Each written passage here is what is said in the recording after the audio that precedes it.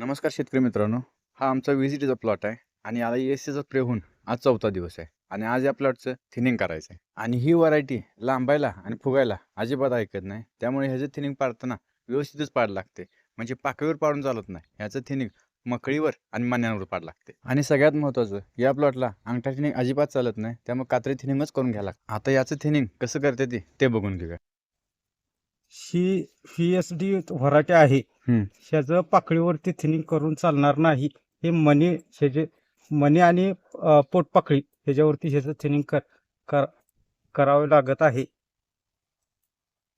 मणी संख्या गड पाडून जातो अशा हिशोबाने झाले पाहिजे असं नाही बरोबर कर.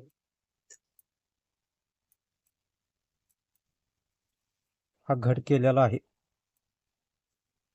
अशा पद्धतीने तुम्ही झालं पाहिजे. पूर्ण देंडा आतनं मोकळा दिसला पाहिजे.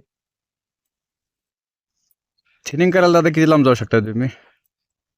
पंढरपूर काशीगाव इकडे खाली नवरा नवरी लांबपर्यंत जाता? जाधववाडी किती किलोमीटर पण जाऊ शकताय?